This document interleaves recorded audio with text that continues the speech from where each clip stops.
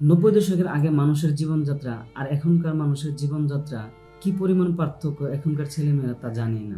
তাহলে চলুন সবাই মিলে একটু স্মৃতির পাতায় ঘুরে আসি। 90 দশকের আগে মানুষের জীবনযাত্রা ছিল সকালটা শুরু হতো পাখির ডাকে, আজানের সুরে সুরে ঘুম ভাঙতো। ছেলেরা ইবাদত বন্দি করে যার জির কাজে চলে যেত। কেউ মাঠে হাল চাষ করতো, কেউ বা আবার ধান কাটতো, কেউ বা আবার কৃষিকাজে কাজ করতো। ঘরের গৃহিণী বা মেয়েরা তারা রান্না বান্না টুকটাক কাজে খুব ব্যস্ত থাকতো। তারা রান্না বান্না করে রেডি থাকতো সবসময়।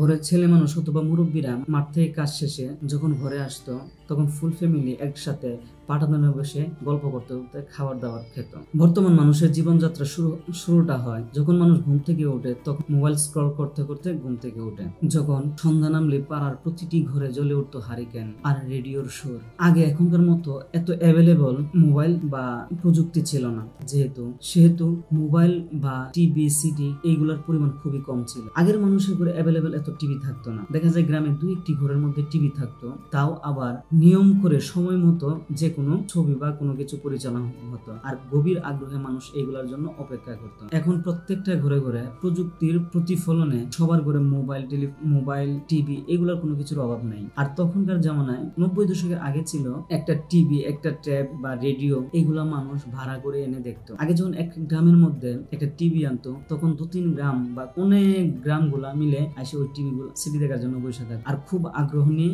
এগুলা দেখতো, এগুলা দেখে উপভোগ করতো। আর এখন মানুষ 30 সেকেন্ডে একটা রিলসই দেখে না, বারবার স্ক্রল করতে করতে সময় কিন্তু পার করে। আর এখনকার প্রজন্ম জন্ম হয়েছে ফেসবুক, ইউটিউব, গেমসের যুগে। প্রত্যেকটা ছেলে মেয়ে এখন ব্যস্ত থাকে গেমস, ফেসবুক, ইউটিউবে। কিন্তু আগে এমন একটা সময় ছিল যখন মানুষ ছেলে মেয়ে সবাই মিলে বাপ দাদা চাচা চাচি নানা নানি সবাই গল্প শুনতো একসাথে বসে। যখন সন্ধ্যা হতো হারিকেনের আলোতে বসে সবাই মিলে একসাথে গল্প করতো, পুরনো ঐতিহ্য সবকিছু তুলে ধরতো, সবাই জানতে পারতো। কিন্তু এখনকার এই যুগটা আমরা অতিবাহিত করে ফেলেছি, যে কারণে এখন আর ছেলে মেয়ে বাপ দাদা চাচা চাচি এতটা মোহাব্বত নাই। আমরা এখন প্রযুক্তিতে এসে আগের যে ঐতিহ্যগুলো আছে সবগুলোই ভুলে গেছি বলতে গেলে। এখন প্রজন্ম সবসময় mobile games, free fire, mobile scroll করতে করতে লাইক কমেন্টস এইগুলা নিয়ে সব সময় ব্যস্ত। আগে মানুষের মহব্বত থাকতো অন্তর থেকে, আর এখন মানুষের মহব্বত থাকে ইমোজির মাধ্যমে। আগে মানুষ কথা বললে শুনতো, আর এখন মানুষ কথা শুনতে আগ্রহী, কারণ সবাই এখন প্রযুক্তিতে ব্যস্ত থাকে, ইউটিউব, ফেসবুক, গেমস এইগুলা নিয়ে। ছেলে মেয়েরা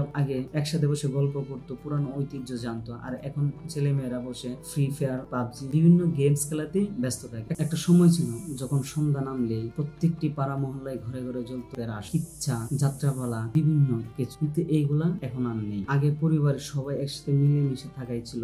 যৌথ পরিবারে দাদা দাদি চাচা চাচি খালা ফুফা সবাই মিলে একসাথে জীবনযাপন করত। আর প্রতিবেশী ছিল পরিবারের মধ্যে। একজন অসুস্থ হলে সবার, কারো বিপদ মানেই সবার দায়িত্ব। আর এখনকার যুগে কারো বিপদে কেউ যায় বা আগ্রহ দেখায়। আর আচার আচরণের দিক দিয়ে তারা ছিল, মানুষের মধ্যে ছিল শ্রদ্ধা, সামাজিক মূল্যবোধ। ছেলেমেয়েরা চোখে চোখে কথা বলতো, কিন্তু ভালোবাসা প্রকাশ করার মতো সাহস পেত না। কিন্তু অনুভূতি ছিল প্রবল। চিঠি লিখে প্রেম প্রকাশ করা, আর একটা হা বা না শোনার জন্য মাসের পর মাস অপেক্ষা করা। বিয়ের আগে ছেলে মেয়েদের কথা বলা ছিল নিষিদ্ধ, কিন্তু তাতে প্রেম কোনো দিক দিয়ে কম হতো। আর এখন ফেসবুক ইউটিউবের যুগে এসে প্রেম করার জন্য কোনো সময় লাগে না। যখন খুশি জায়গায় খুশি নক দেওয়া যায়, ইমোজির মাধ্যমে তা প্রকাশ করা যায়। আগে যে জায়গায় মানুষ একজন আরেকজনের কথা বলা পর্যন্ত নিষেধ ছিল, আর এখন বিয়ের আগে লিভ টুগেদার। গ্রামীণ জীবনগুলো ছিল ধান ক্ষেত, খালের পার, তাল গাছ, বিলের ঘাট, নদীর পার, প্রতিটি জায়গায় ছিল এক একটা গল্প। তখনকার শিক্ষা ছিল গল্পের মধ্যে, দাদা দাদি নানা নানির। আর এখনকার শিক্ষা গুগলে সার্চ। একটা সাদা কালো টিভি ছিল, আর সেই টিভিতে সমস্ত পরিবার একসাথে বসে দেখতো, কেউ হাসতো আবার কেউ কাঁদতো। আর এখন 4টা রুমে 4টা টিভি, কিন্তু কেউ জানে না কারো গল্প। আমরা জন্মেছিলাম আবেগের দিনে, যার সাদা মাঠ যখন ভালোবাসা ছিল সাদা মাটা। আজকের প্রজন্ম জন্মেছে ফিল্টার আর ফলোয়ারের যুগে। তারা জানে কিভাবে ভাইরাল হওয়া যাবে, কিন্তু জানে না কেউ কাউকে কিভাবে সত্যিকারে ভালো